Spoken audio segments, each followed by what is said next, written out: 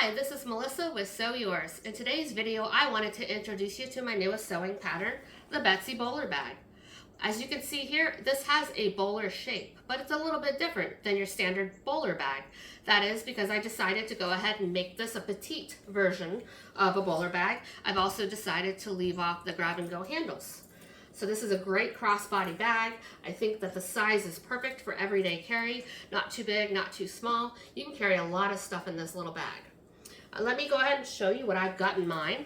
I have been carrying this Betsy bowler bag for the last month, and I love it. I know you're gonna love this pattern too.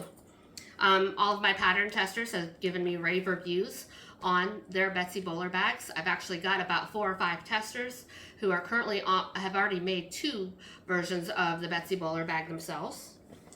The front pocket here, I like to keep my cell phone handy. It has a flap closure with a turn lock. You could do a magnetic snap here if you want, but I highly recommend the turn lock because I really think it sets the bag off.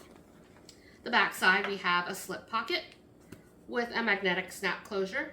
In here, I like to go ahead and keep my receipts.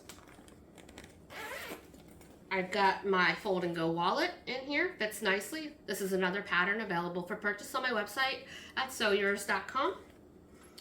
And I have this other bag here. I can't remember the name of this pattern, but I'm sure you guys are familiar with it. Not my pattern, but I also keep all of my small items secured in this bag, and it's nice and handy for me. There is a zipper pocket in here. If you wanted to, you could go ahead and put some slip pockets on that side. There is a binding technique for the lining. And you could do waterproof canvas like I do. That is my preferred method of binding on all of my bags. Or you could do the double fold bias tape. Brandy Jackson, which is one of my pattern testers, does do the double fold bias tape in her sewing video tutorial, so you can check that out. Or you can watch my video tutorial, which I did on this bag with the waterproof canvas binding. Let me show you the inside of this one. So for this one, I did completely waterproof canvas for the lining. I did find that it was very challenging to turn the bag, but doable. You could do it. It makes for a much more rigid bag. I did Decaville Light on this one. This one, we've got the waterproof canvas for the binding only, and then we just did quilt cotton for the lining itself, and fusible foam I went with on this bag. This one's got the Decaville Light with a cotton lining. This one has the fusible foam with a cotton lining. If I had to pick the type of stabilizer, I think I would go with the foam. I like that one the best.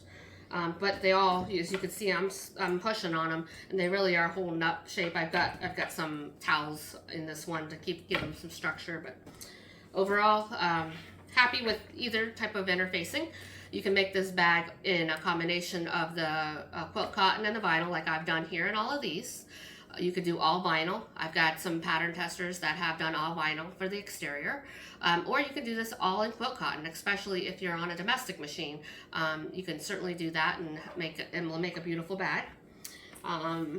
This pattern has 2 strap options, the standard strap and a 2-tone strap.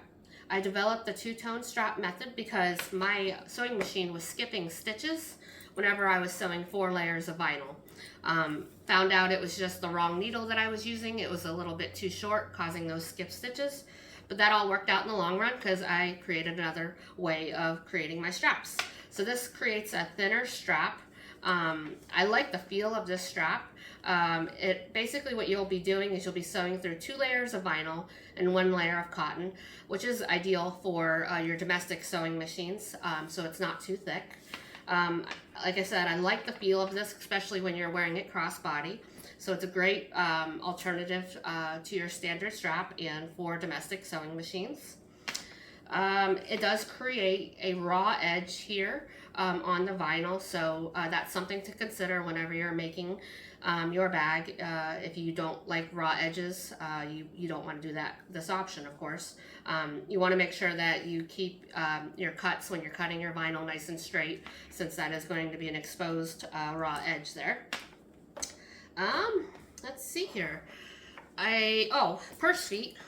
So this bag doesn't have a purse feet on the first version that I did, whereas the remaining ones I did add some purse feet.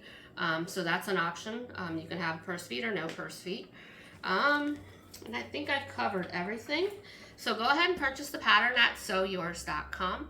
While you're there, you can check out our sewing themed t-shirts and coffee mugs. I am wearing one of my t-shirts that I have designed, which you can purchase on the website. Tag me on Instagram and Facebook using the hashtag #SewYours so I can find you. Every week I pick a bag of the week to be featured as the header in our Facebook group. And I also pick a maker of the month to be featured on my website.